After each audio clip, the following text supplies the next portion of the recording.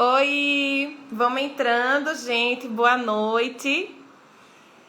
Eu sou Mariana Peixoto, sou professora de balé clássico e também sou bailarina adulta. E hoje eu invadi o Instagram da Balari para começarmos a nossa conexão de hoje. Toda terça, vocês já sabem, acontece esse quadro aqui, é uma sequência de lives, né? E a gente sempre aborda algo diferente. Dessa vez, como é comum no começo de cada mês, é um projeto que temos na escola, falarmos de repertórios, né? Repertórios de balé clássico. E hoje nós iremos tratar do repertório Lacilfide ou Lacifilde. Existem essas duas pronúncias. Eu acho que eu gosto de Lacilfide, mas não se assustem se vocês escutarem Lacifilde também, certo? Enquanto o pessoal vai entrando, deixa eu falar uma coisinha. Normalmente, essa conexão, ela acontece intermediada pela nossa professora e diretora, Vanessa Junqueira, né? Ela que sempre divide a telinha aqui nas conexões da Balari. Mas hoje eu recebi o desafio de apresentar essa conexão Balari sobre o balé de repertório Lacilfide sozinha. Mas eu sei que eu não vou estar sozinha, né, gente? Vocês vão estar comigo, né? Tô até um pouquinho nervosa, então me ajudem. Vamos nos comunicarmos, tá? Através aqui dos comentários, pra gente ter um bate-papo interessante para todo mundo. Vou pedir que vocês acessem aqui, ó, esse aviãozinho e compartilhem para os seus amigos, porque a gente vai começar agora a falar sobre o repertório de balé clássico Lacilfide. À primeira vista, né, acho que a gente deve começar pela parte técnica mesmo do repertório, né? De onde ele veio, qual foi o ano que ele surgiu, quem foi que tomou a frente, né, de criar as coreografias, a música, o figurino, quem foram os bailarinos dessa época, né, que fizeram essa estreia desse balé de repertório. Então eu vou ter aqui o auxílio desse livrinho, já mostrei ele outras vezes. Eu gosto bastante dele, é o Balé Clássico, da Bárbara Raquel Agostini, editora Fontoura. Ele é um livro bem novinho. Peguei ele, deixa eu ver aqui.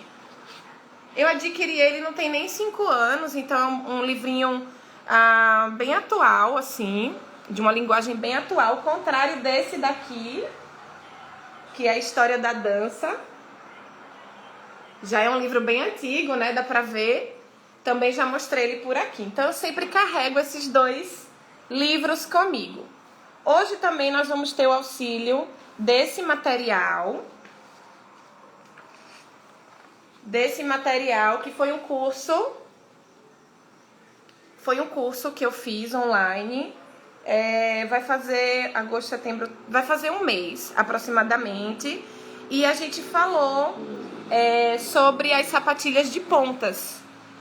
Foi um dos tópicos desse curso.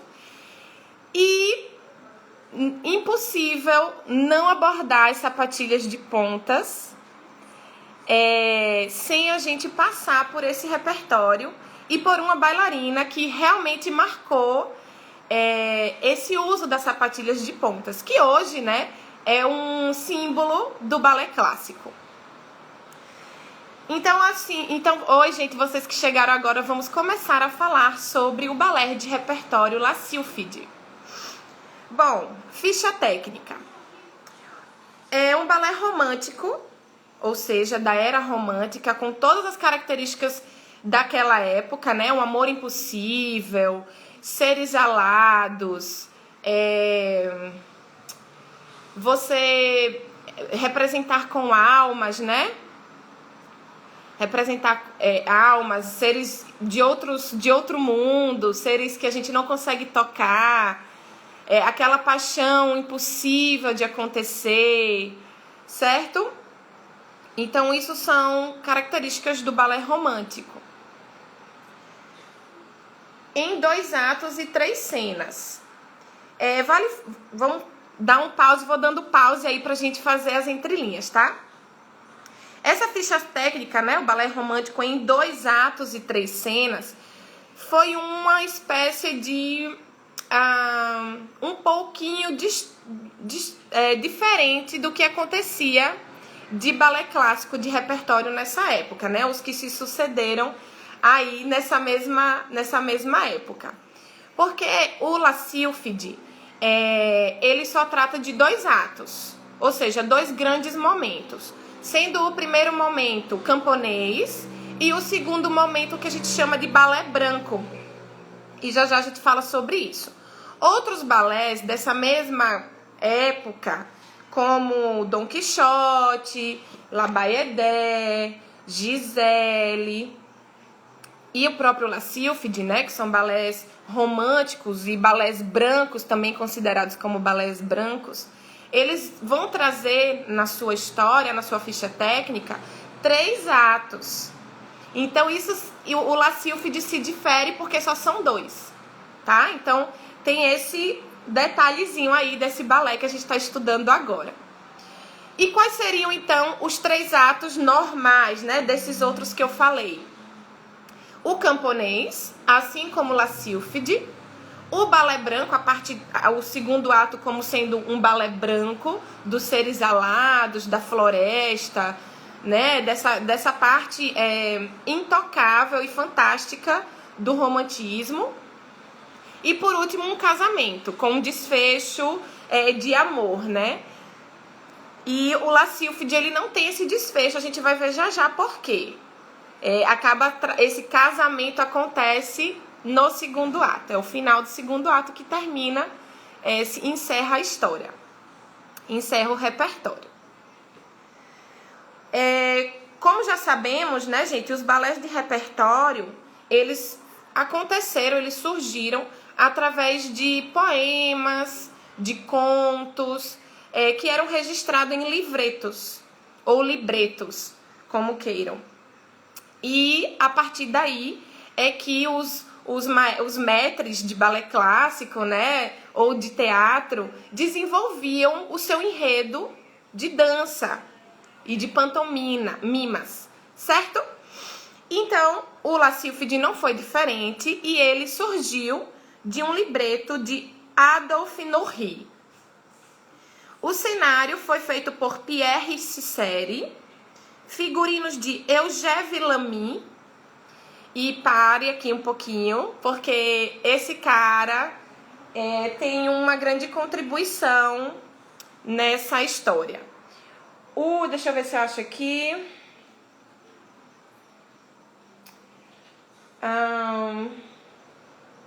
Aqui, achei. O Eugève Lamy era pintor da Ópera de Paris. Teve uma carreira triunfante, né? E contribuiu bastante com os balés da Ópera de Paris, né?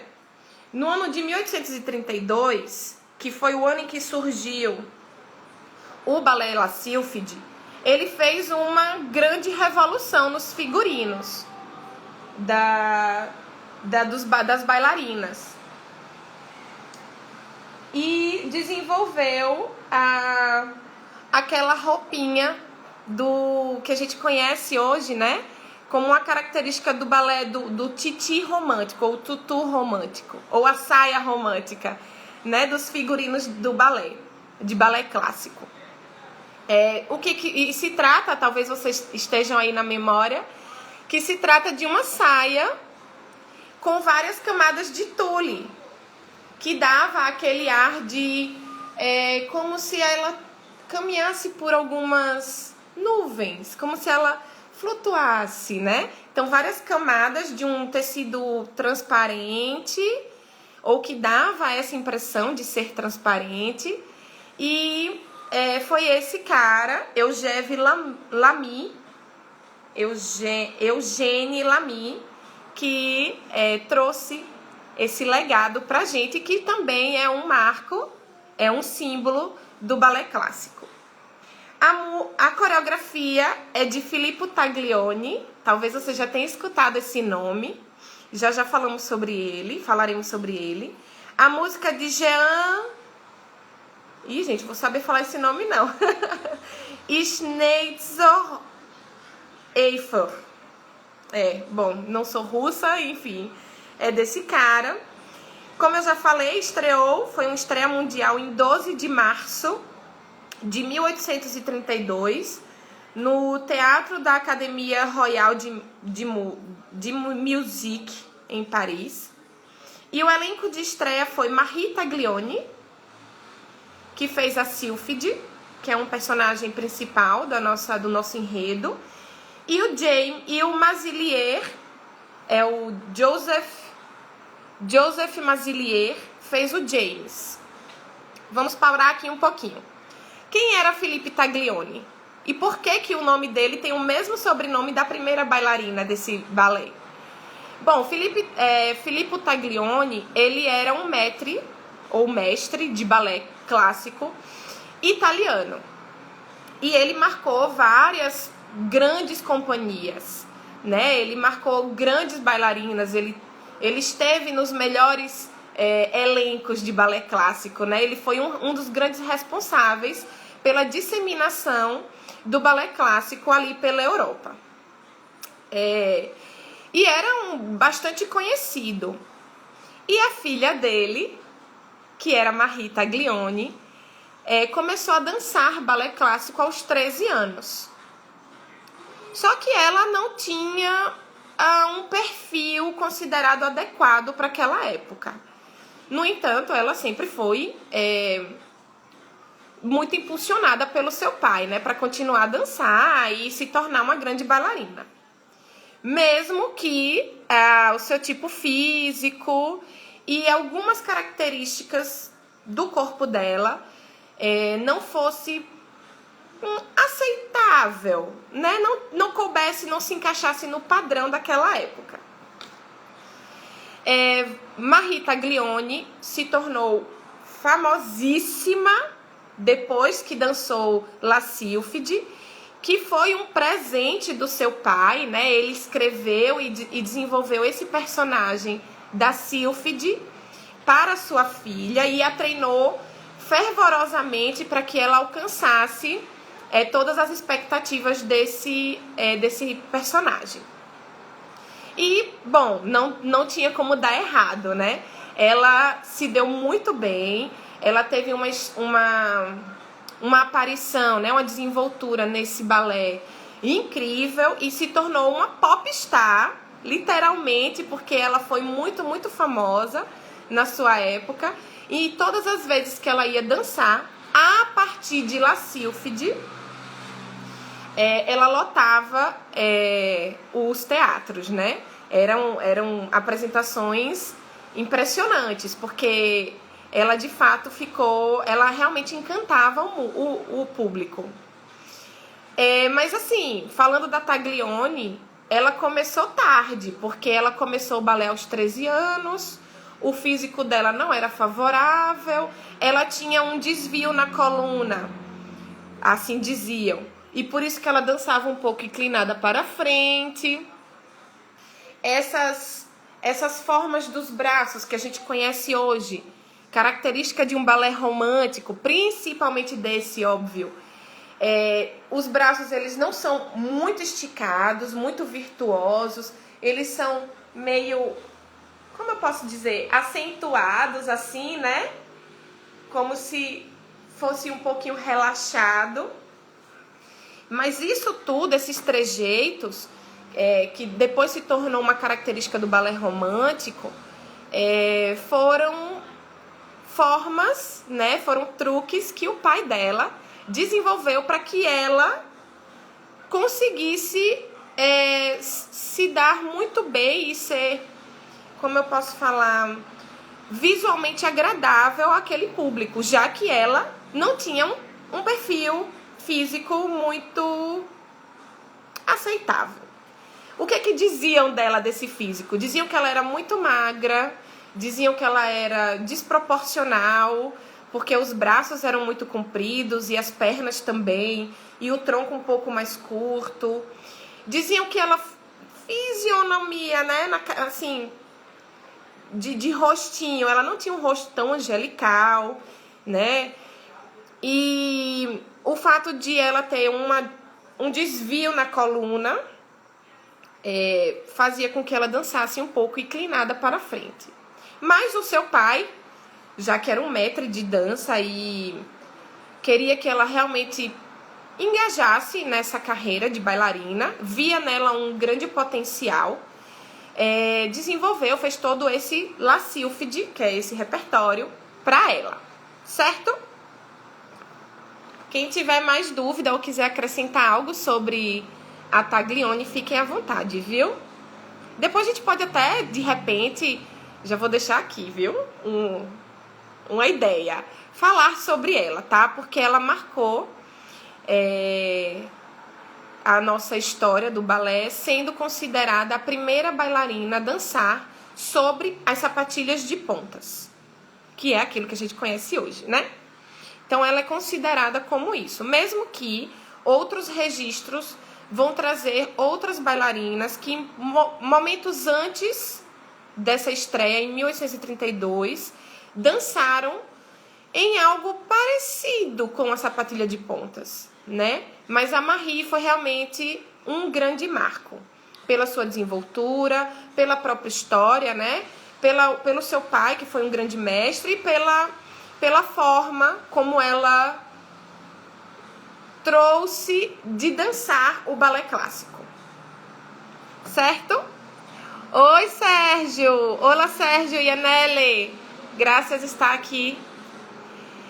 Sérgio é um grande mestre de balé. Muito prazer ter você conosco. Mas vamos voltar. E o Joseph Mazilier, que fez o James, que foi o mocinho, né, o personagem masculino principal da nossa história, ele dançou depois em outras versões, como Paquita, Corsário, e foi também um grande bailarino. O que mais? A estreia já falamos. Ok, vamos para a história.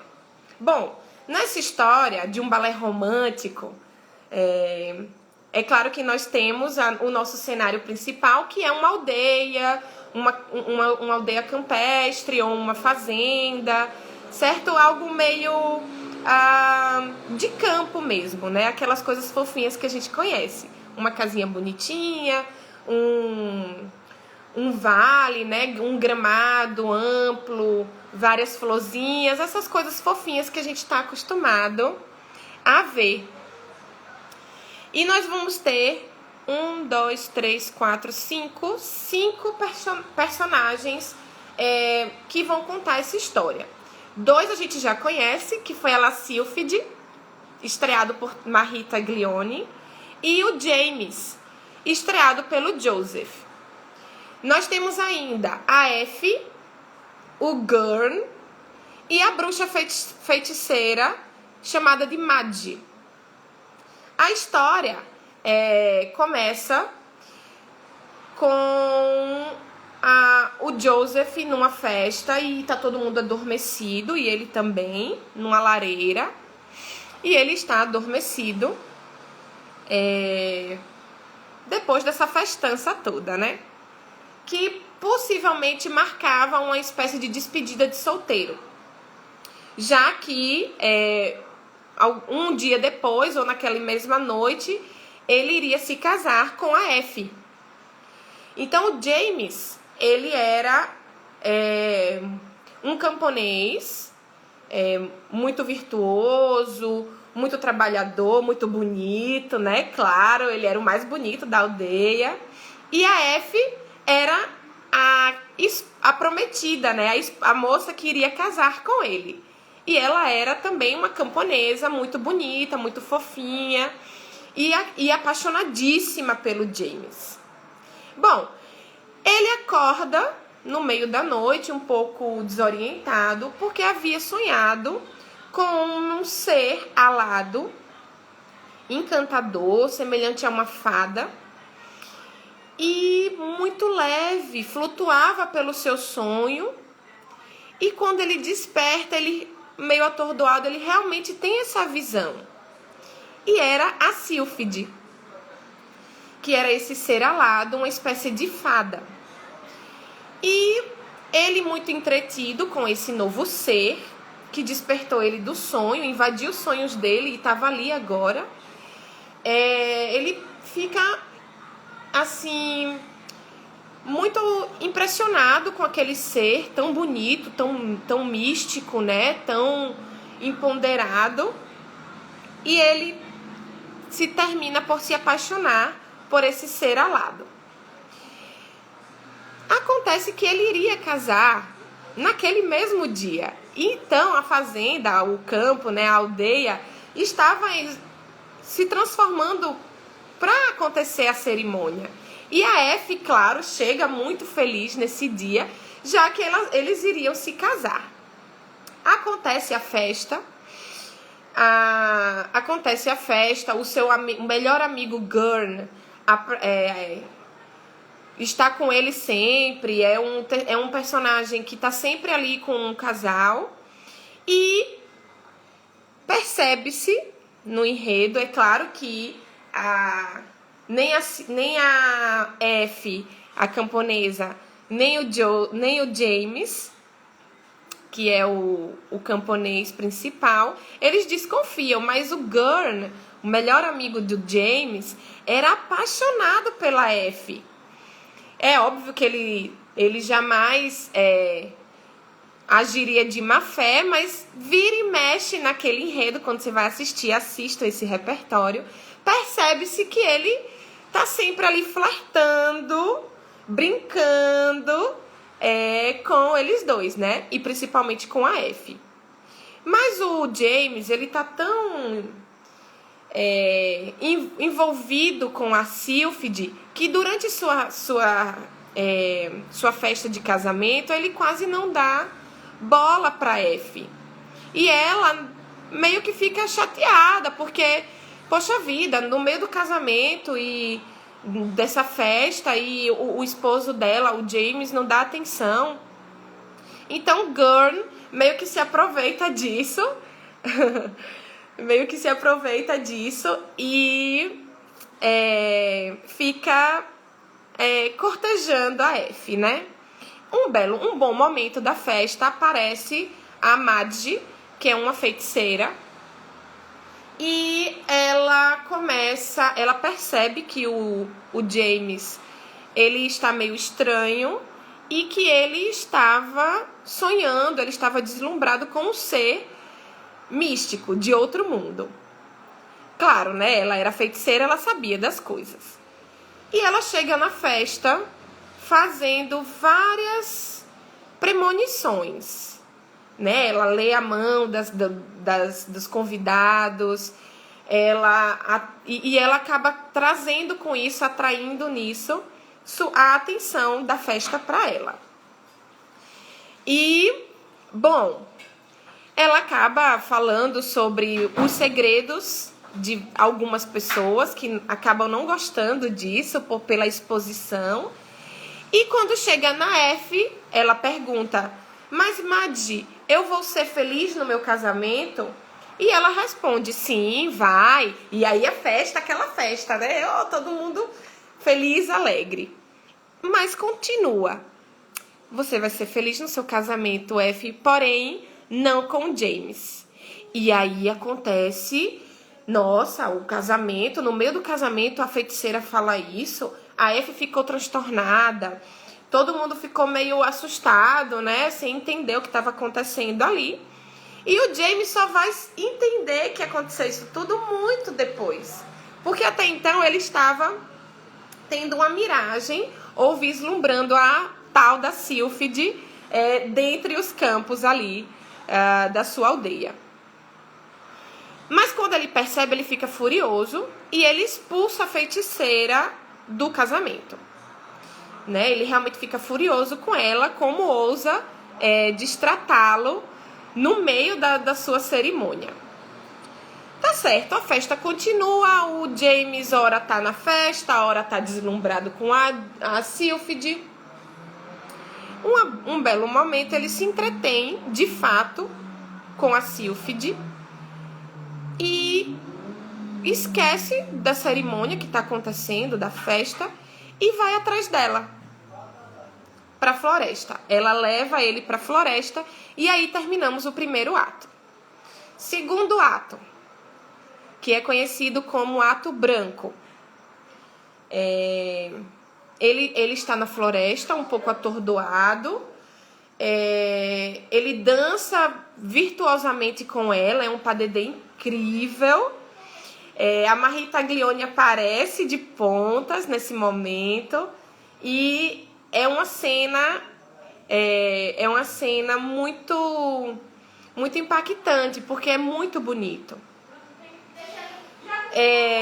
E aí ela dança com ele, tem todo aquele ar de romantismo, de amor impossível, e que infelizmente ele não consegue tocá-la, porque afinal de contas ela é um ser alado de outro mundo, e ele é humano, mortal, entende?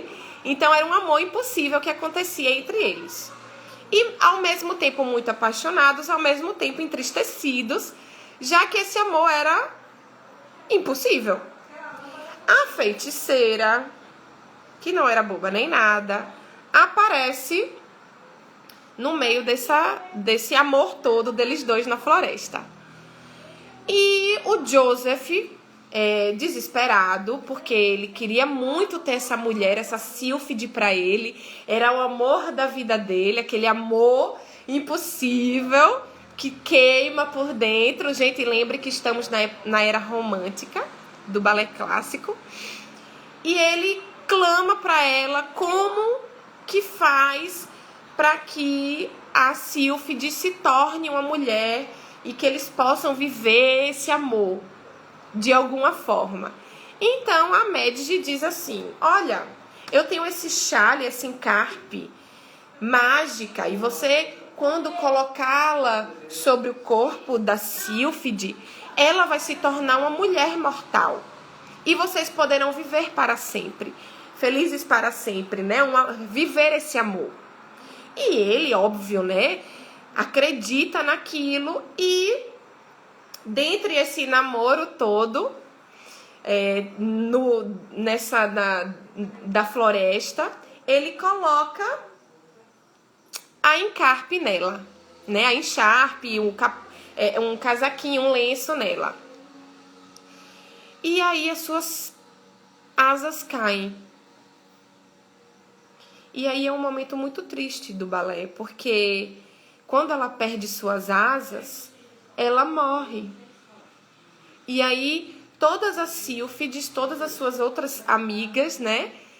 Outras fadas aladas, exatamente iguais como ela, adentram na floresta e levam o seu corpo embora. O James fica triste, né? Realmente com o coração na mão, ele chora, ele pega no corpo dela, daquela fada, do amor que ele causou a morte disso, e aí ele não se perdoa por isso, ele realmente entra numa tristeza profunda. E, bom, volta pra sua aldeia, né? Super triste. E é surpreendido por uma festa na aldeia. Como assim uma festa na aldeia?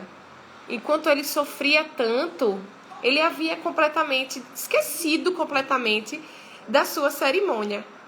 E deixou a F, sua esposa prometida, largada lá naquela festa. Sabe-se lá por quanto tempo isso ficou. E ele nesse amor com a Sílfide na floresta. Quando ele retorna para a aldeia, adivinhem o que acontece. O Gurn casa com a Elf. E ele é surpreendido quando retorna à aldeia. O James é surpreendido quando retorna à aldeia por essa comemoração inesperada. né, em que a sua esposa prometida, que ele largou no meio da cerimônia, se casa com o Gurney. E sabe quem tá lá no meio do altar, da festa toda, rindo dele? Pasmem, a tal da feiticeira Madge. Bom, a F viveu feliz para sempre com o seu amor, né, o Gurney, assim como a feiticeira havia previsto. E o James, no entanto, ele fica triste e solitário, porque ele matou o amor da vida dele, que era um ser alado, que era a Sylphide, e não ficou com a sua esposa, né? Já que ele havia, óbvio, deixado ela sozinha no altar. Bem feito. Bom, algumas versões que eu andei lendo, e aí acaba, viu, gente, nossa história. É um balé muito curto, mas que muito mais do que seu enredo são os bailarinos e a Taglioni dançando nas pontas, quem realmente concretiza a importância desse balé. E já já a gente volta a isso. Mas assim, algumas versões dizem que o James, quando volta para a aldeia e se depara com a Madge, que é a feiticeira, tirando o sarro dele, né, sendo bem sarcástica, porque afinal de contas ela quem induziu ele a cometer assim a morte, né, da Sylphide. Algumas versões diz que eles entram numa batalha, eles brigam entre si, é um confronto final, no qual o James morre, tá? Então, assim, bem característica de balé romântico, essa coisa do amor impossível, dos seres alados, da floresta, do camponês, de sofrer por amor, né?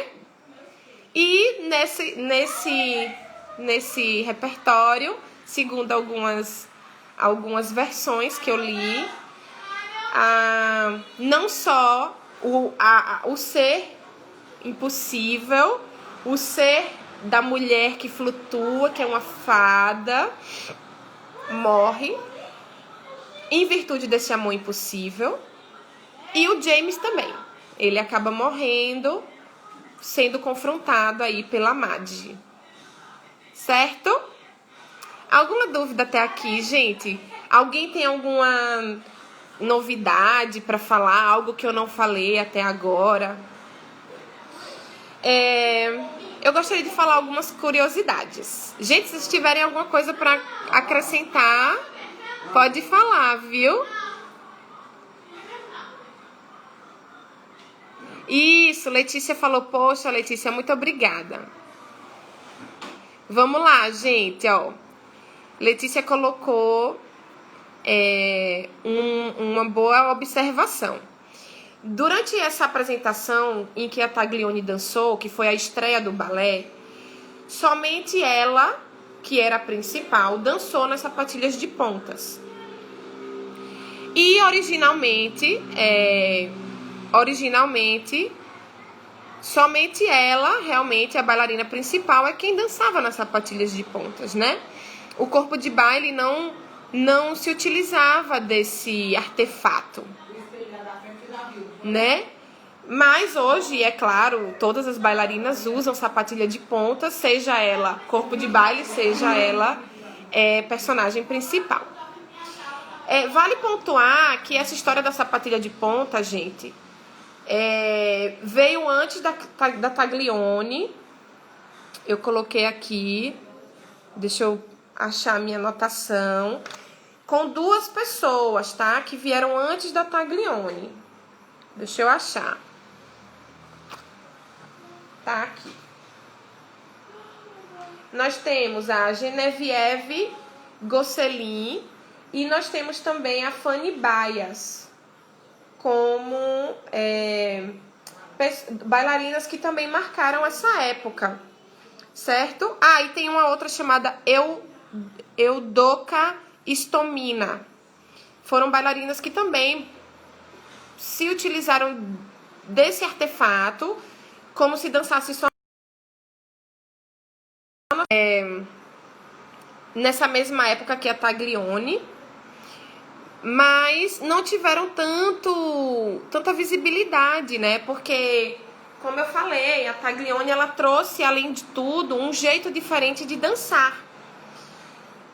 Fora, é claro, o figurino, que nosso querido Eugène Lamy desenvolveu, que é o nosso titi romântico. Então, esse combo todo trouxe na Taglioni uma visibilidade muito maior.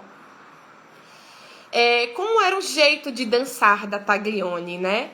Como eu já falei, ela tinha os braços muito compridos, as pernas muito compridas e bom, é o que diziam, tá, gente? A sua coluna tinha certo desvio. Outras pessoas vão dizer que... Já falo, peraí. Então, os braços compridos dela, para não ficar uma coisa muito distorcida no palco, o pai dela desenvolveu aquelas mãozinhas assim. As mãozinhas assim, as mãozinhas assim. Uma segunda posição que você não é esticado, mas é um pouco flexionada. Uma mãozinha mais recaída, né? Isso tudo para disfarçar esse... como é que a gente fala? Essas proporções diferentes que ela tinha no corpo. E, bom, se utilizando dessa disfunção na coluna dela, em que diziam que ela dançava um pouco tortinha em virtude disso, o figurino também tem uma contribuição importante. Quando a gente vai assistir os balés românticos, elas normalmente têm uma inclinação para frente, né? Elas não são eretas assim, como a gente dança no balé clássico. Elas têm um pouquinho de inclinação para frente. Isso é bem visível também nas fotos. Algumas pessoas dizem que foi em virtude dessa disfunção da Taglioni, e outras pessoas vão dizer que foi uma adaptação, né, uma forma de dançar, porque aqueles figurinos tinham os corpetes muito apertados. Então, era uma forma que elas conseguiam para respirar, né, para poder fazer uma pose confortável com aquilo tudo. E aí elas se utilizavam dessa inclinação do corpo. Agora sim, vamos focar na Taglioni um pouquinho. Não pensem que foi fácil para ela chegar onde ela chegou e alcançar o que ela alcançou. A Taglioni nasceu em 1804 e ela começou a dançar balé clássico, como eu já falei, aos 13 anos.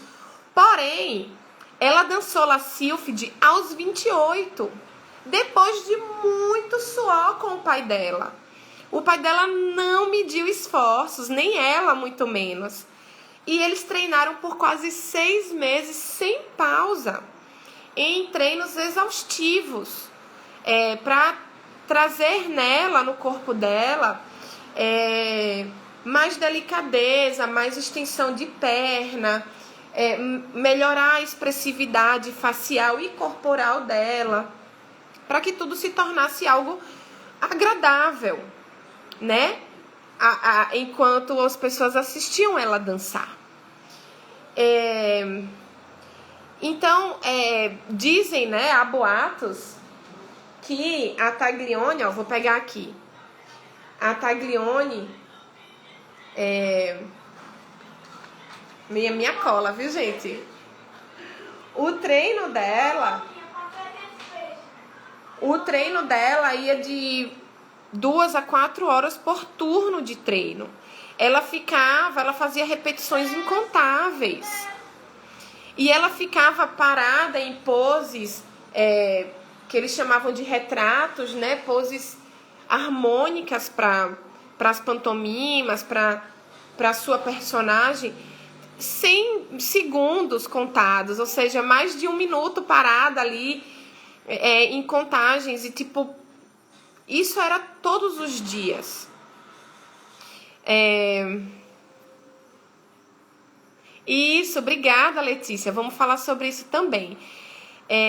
Então, Vamos só finalizar aqui sobre a Taglioni, que não foi fácil para ela. E aí, inclusive, eu quero trazer pra gente uma reflexão da vida das bailarinas na atualidade, que a gente acha que aos 13, 15 anos já é tarde para começar, ou para se tornar uma bailarina profissional. E a Taglioni, lá em 1800 e alguma coisa, e 32, traz pra gente que não é impossível, né? E que também você só vai alcançar excelência no seu trabalho, seja ele em qual for também, depois de muito esforço, né? De ser realmente dedicado àquilo. E ser fervorosa no que quer se alcançar, né? A Taglioni morreu em 1884 e olha que engraçado, um dia antes de completar 80 anos. Então, naquela época, ela inclusive viveu bastante e sempre contribuiu para a arte clássica, né, de sua época, pela sua vida inteira. Ela treinou algumas bailarinas, ela dançou muito depois de La Sylphide. Ela dividiu palco com outras estrelas daquela época, né, de vários países, da Rússia, da França, e elas se entrelaçaram e trocaram, dividiram palco em grandes montagens. É claro que ela, uma grande bailarina da sua época, tinha sua rival, que era a Fanny Eucler, que era considerada sua rival por ser tão virtuosa quanto e trazer uma característica pessoal tão marcante quanto a Taglioni tinha na sua arte, no seu modo de dançar. Só que a Fanny Eucler, deixa eu pegar aqui, ela era conhecida por dançar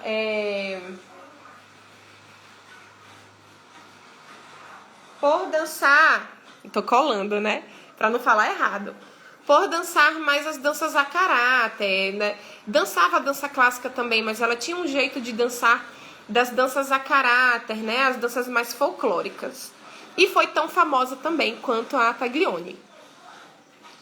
A Letícia tá falando aqui, obrigada, Letícia, por contribuir. Gente, podem falar, viu?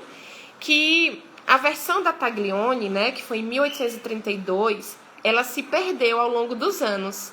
É verdade. E lá em 1972, foi que Pierre Lacotte, depois de muitas pesquisas, ele reconstruiu o balé dançado em 1832 pela Taglioni. Porém, cadê ele?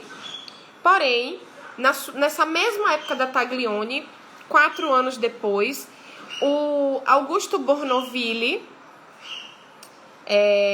que a gente conhece, talvez esse nome vocês, né, tenham escutado, porque Bournonville é um método de dança clássica, assim como Ceccheri na Itália, assim como Vaganova na Rússia, certo? E a Royal também. E o Bournonville são métodos clássicos que são conhecidos até hoje, né? Então, o Augusto Bournonville, na mesma época da Taglioni, em 1836, ele se utilizou da mesma história, do mesmo enredo, só que ele, é claro, desenhou suas coreografias da forma como ele preservava em sua característica, né? Do balé, que é dinamarquês, lá em Royal Danish Ballet.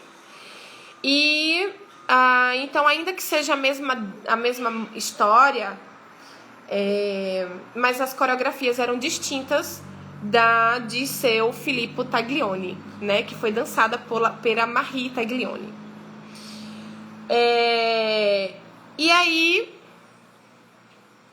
aí essa versão do dinamarquês, do Bournonville, foi que prevaleceu por muitos anos, né? A diferença entre eles, obrigada, Letícia, gostei de ver, viu? Parabéns, Letícia, gostei de ver, meu orgulho, viu, gente? Letícia é bailarina da Balari e é minha aluna do balé avançado. E a gente, dentro das nossas aulas, a gente sempre trabalha, sempre aborda esses assuntos. E a Letícia fez o dever de casa direitinho. Ela tá dizendo aqui, e era isso que eu ia falar, muito obrigada, Lele, que a diferença entre o estilo Taglioni e o estilo Bournonville está na virtuosidade. Sendo que o Bournonville, né, o método dinamarquês, ele tem um foco em baterias e saltos. Enquanto que o Taglioni, né, que ele é italiano, tem um foco nos braços, na leveza da técnica, na expressividade, certo? Então, existe sim essas duas versões. E as duas versões, ainda que na mesma história, eles trazem traços e coreografias diferentes, certo? Vamos aqui, deixa eu ver mais. Alguma dúvida, galera, que até aqui? Alguém quer falar alguma coisa? Ninguém perguntou o que é la sílfide, né? Alguém sabe me dizer o que é la sílfide? O que é uma sílfide? Traduzindo aí para o português. O que é esse ser? De onde é que ele veio? A gente já falou que é uma fada, um ser alado, muito bonito, muito leve, flutua na floresta, enfim. Mas de onde veio isso? Que ser é esse, né? Ninguém sabe, gente. Vou deixar aqui no ar para vocês contribuírem pra gente, viu? Enquanto isso, eu queria falar outra curiosidade. Agora uma curiosidade sobre o repertório em si. Por exemplo, esse repertório a gente já viu, a Taglioni dançou em 1832, o Bournonville se utilizou da mesma história, porém com suas características, né, do método dinamarquês de dançar, em 1836, em um senhor chamado Pierre Lacotte, que foi um historiador, recompôs o método, o jeito de dançar da Taglioni, né, a versão original, através de muitos estudos. E esse senhor, Pierre de Lacotte, foi quem influenciou as versões que a gente conhece aqui no Brasil. Em 2014, ó, gente, super recente, né? A gente tá em 2020, mas, bom, é um marco recente. O coreógrafo Mário Galizzi criou uma versão baseada em Bournonville para a São Paulo Cia de Dança, que também é uma cia brasileira, porém que não se baseou em Taglioni, como o Pierre de Lacotte fez, mas sim em Bournonville. Sim, la sílfide, alguém já sabe o que significa sílfide? Que ser é esse, de onde que ele veio? Bom, tá bom, eu vou dizer, né? Sílfide é um ser, é uma fada, é um espírito do vento que mora na floresta e vem da mitologia céltica germânica, né? Isso porque, como a gente já viu, esse repertório ele veio através de um livreto, provavelmente lá contando algum conto russo, germânico, né? Aí por Adolf Naurit, certo? Então, por isso que a la sílfide vem da mitologia céltica germânica. Deixa eu ver mais. É uma história de amor impossível que acontece em algum lugar da Escócia, da Idade Média. Essa encharpe que aparece, que a Madge dá pro James, né? E é o que causa a morte da Sylphide. Advém de uma tradição escocesa em que a moça que vai se casar com o rapaz, ela usa um encharpe, né? Uma manta que representa os costumes como eu posso dizer, da aldeia, né, do grupo familiar desse rapaz, tá? Então a encharpe, ela aparece aí, não por nada, ou só porque era um véu mágico, que a Madge criou, não. Tem uma explicação aí, certo? Veio de uma tradição escocesa, afinal de contas, é uma história de amor escocês, que aparece na Idade Média. Que acontece na Idade Média, né?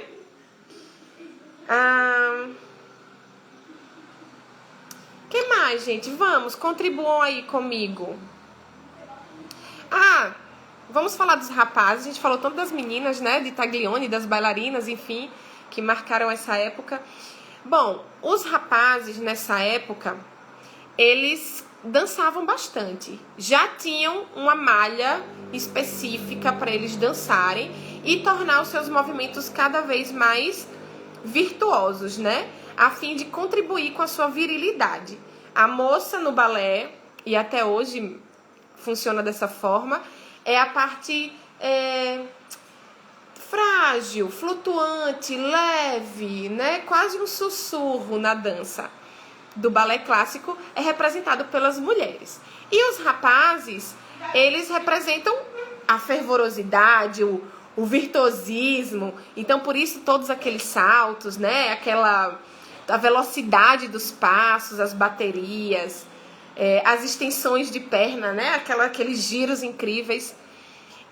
São características da forma de dançar masculina, claro, né? Dos bailarinos. E para que eles conseguissem dançar dessa forma, já havia nessa época as malhas que até hoje a gente conhece, né? Aquelas malhas confortáveis dos rapazes.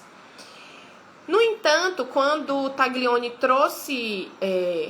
Estou usando Taglioni, viu, gente? Porque ela realmente foi a mais conhecida.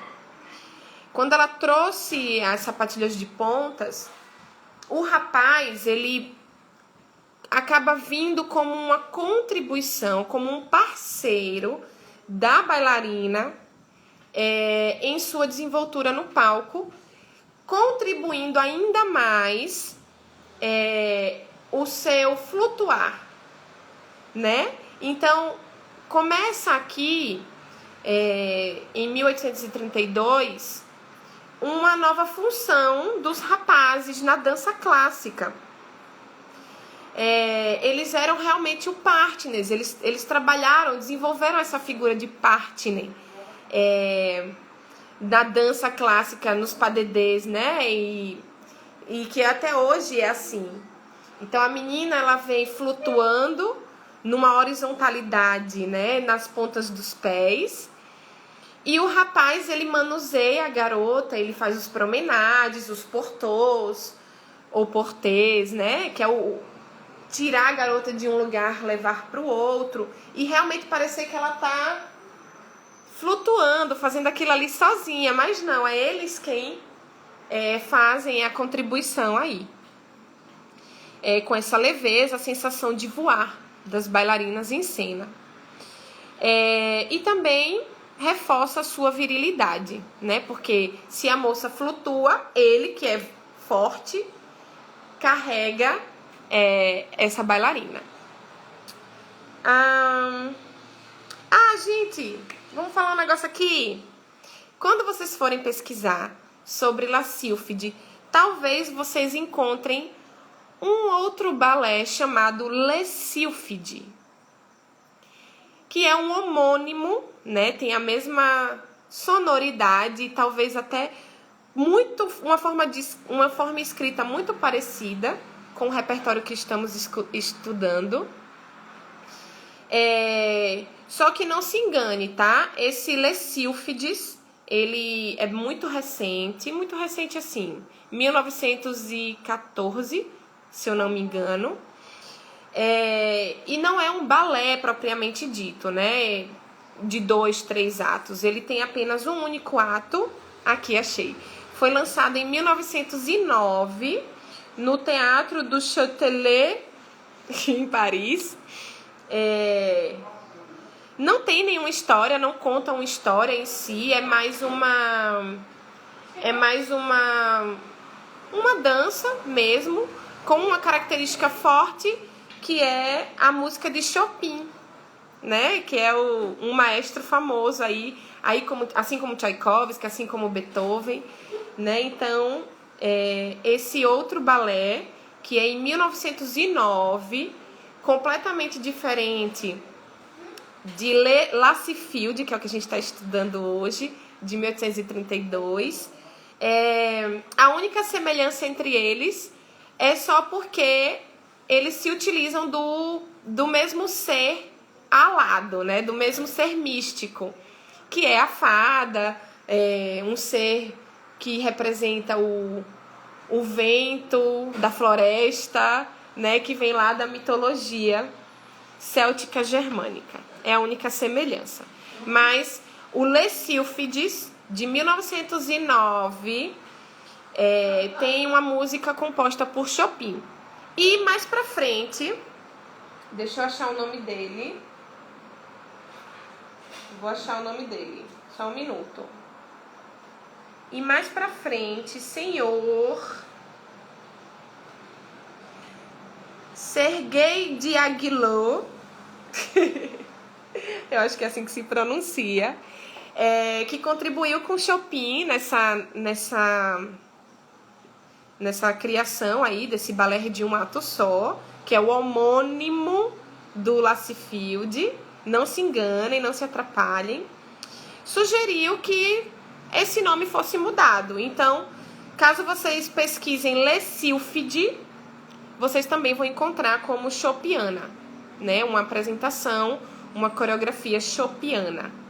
E, claro, música orquestrada por ninguém mais, ninguém menos que Chopin, tá? Só pra gente colocar um parêntese aqui e vocês não caírem nessa cilada. Que mais, gente? Falem aí pra mim.